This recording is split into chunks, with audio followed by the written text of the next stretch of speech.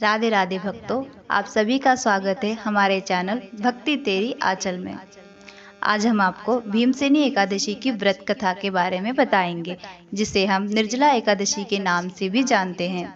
जैसे कि हम जानते हैं कि हर साल निर्जला एकादशी का व्रत ज्येष्ठ मास के शुक्ल पक्ष की एकादशी तिथि को किया जाता है। हिंदू धर्मों में इस व्रत का धार्मिक महत्व ही नहीं बल्कि शारीरिक और मानसिक स्वास्थ्य के लिए भी काफी लाभकारी माना जाता है।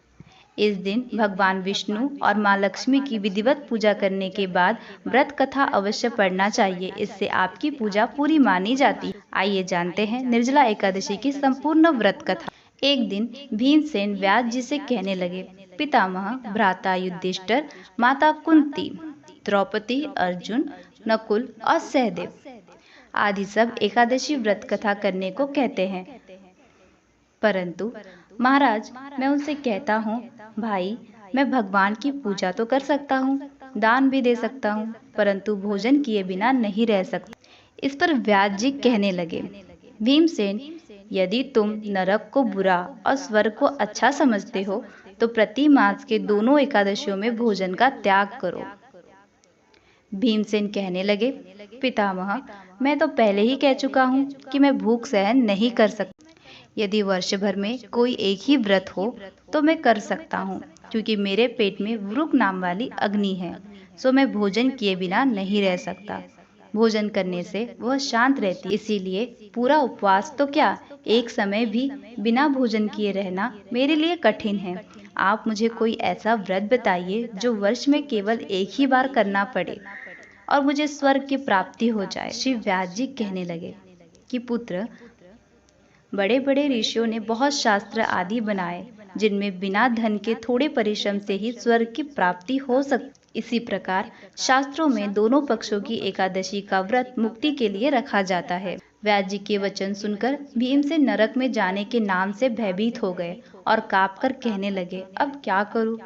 मास में 2 व्रत तो मैं कर नहीं सकता। हाँ, वर्ष में मैं एक व्रत करने का प्रयत्न अवश्य कर सकता हूँ। वर्ष में एक दिन व्रत करने से यदि मेरी मुक्ति हो जाए तो ऐसा कोई व्रत बताइए। यह सुनकर व्यास जी कहने लगे, वृषभ और मिथुन संक्रांति के बीच ज्येष्ठ मास के शुक्ल पक्षी की जो एकादशी आती है उसका नाम निर्जला है। तुम उस एकादशी का व्रत करो। इस एकादशी के व्रत में स्नान और आचमन के सिवा जल वर्जित है। आचमन में 6 मास से अधिक जल नहीं होना चाहिए, अन्यथा वह मद्यपान के सदृश हो जाता है। इस दिन भोजन नहीं करना चाहिए, क्योंकि भोजन करने से व्रत नष्ट हो जाता है। यदि एकादशी के सूर्योदय से लेकर द्वादशी के सूर्योदय तक जल ग्रहण न करो तो उसे सारी एकादशियों के व्रत का फल प्राप्त होता है। द्वादशी को सूर्योदय से पहले उठकर स्नान आदि करके ब्राह्मणों का दान आदि देना चाहिए। इसके पश्चात भूखे और सत्यपात्र ब्राह्मण को भोजन कराकर फिर आप भोजन कर लेना चाहिए। इसका फल पूरे 1 वर्ष की संपूर्ण एकादशियों के बराबर होता है। व्यास जी कहने लगे, हे भीमसेन, यह मुझको स्वयं भगवान ने बताया। इस एकादशी का पुण्य समस्त तीर्थों और दानों से अधिक। केवल एक दिन मनुष्य निर्जला रहने से पापों से मुक्त हो जाता है। जो मनुष्य निर्जला एकादशी का व्रत करते हैं उनकी मृत्यु के समय यमदूत आकर नहीं घेरते, वरन भगवान के पार्षद उसे पुष्पक विमान में बैठाकर स्वर्ग को ले जाते हैं।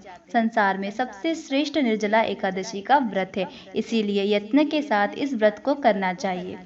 उस दिन ओम नमो भगवते वासुदेवाय नमः मंत्र का उच्चारण करना चाहिए और गौ दान करना चाहिए। इस प्रकार व्यास जी की आज्ञा अनुसार भीमसेन ने इस व्रत को किया। इसीलिए इस एकादशी को भीमसेनी या पांडव एकादशी भी कहते हैं।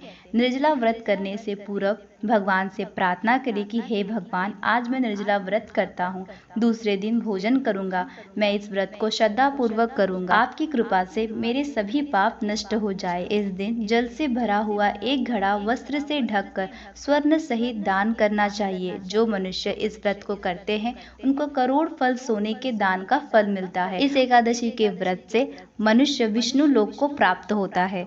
जो मनुष्य इस दिन अन्न खाते हैं वे चांडाल के समान हैं, वे अंत में नरक में जाते हैं। जिसने निर्जला एकादशी का व्रत किया है वह चाहे ब्रह्म हत्या हो, मद्यपान करता, चोरी की हो या गुरु के साथ द्वेष किया हो, मगर इस व्रत के प्रभाव से स्वर्ग जाता है। जो मनुष्य भक्ति पूर्वक इस कथा को पढ़ते हैं या सुनते हैं उन्हें निश्चय ही स्वर्ग की प्राप्ति होती है।